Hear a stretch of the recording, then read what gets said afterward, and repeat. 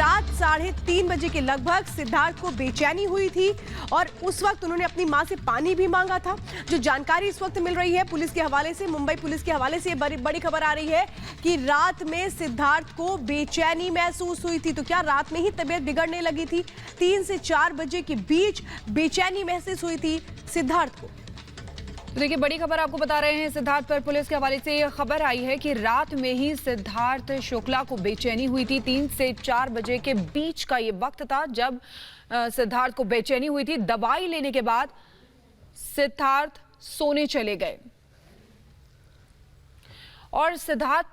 के घर के बाहर अलीशा, हमारी संवाददाता लगातार वहां मौजूद हैं, उनसे बात करते हैं। अलीशा, अभी आप वहां पर मौजूद हैं, अभी क्या अपडेट मिल पा रहा है?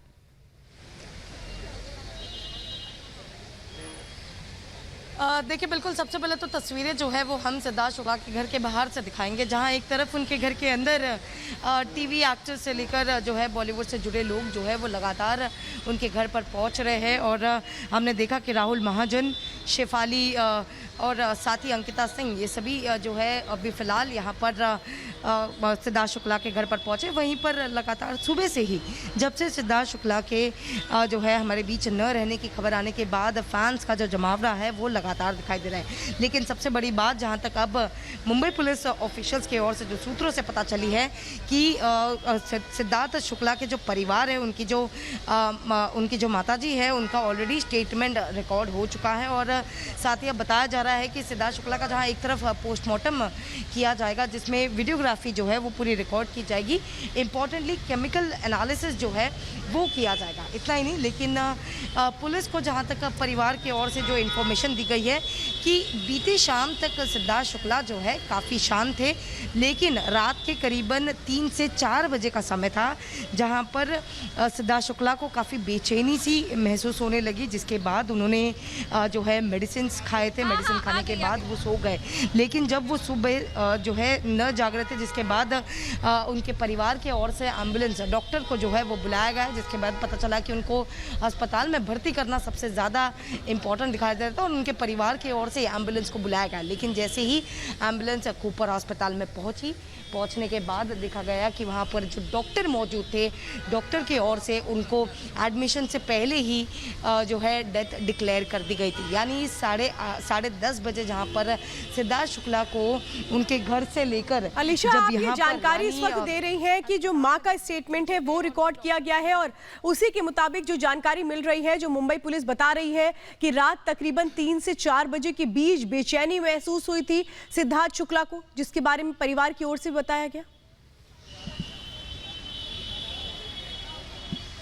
जी बिल्कुल, जहाँ तक हम देख रहे हैं, पहले तो हम एक बोर्ड भी दिखाना चाहें, क्योंकि कहीं ना कहीं पर हमने तमाम फैंस देखे हैं सिद्धार्थ शुक्ला के लिए, और अब सिद्धार्थ शुक्ला के घर के बाहर एक बोर्ड लगाया गया है जहाँ पर RIP सिद्धार्थ शुक्ला लिखा गया है। और यहाँ तक बताया गया है कि वो हमेशा, यानी ज़िंदगी भर जो है वो हर लोगों के जहन पर रहेंगे। क्योंकि हम ये ना भूलें, क्योंकि बिग बॉस सीज़न 13 में जहाँ सिद्धार्थ शुक्ला ने जो टाइटल जीता है, वो करोड़ों फैंस के वोट के बाद वो टाइटल जीते हैं। और वही प्यार जो है, वही यादें जो है अब उनके घरों के बाहर, जहां सुबह से हमने तमाम लोगों से बातचीत की और आज भी लोग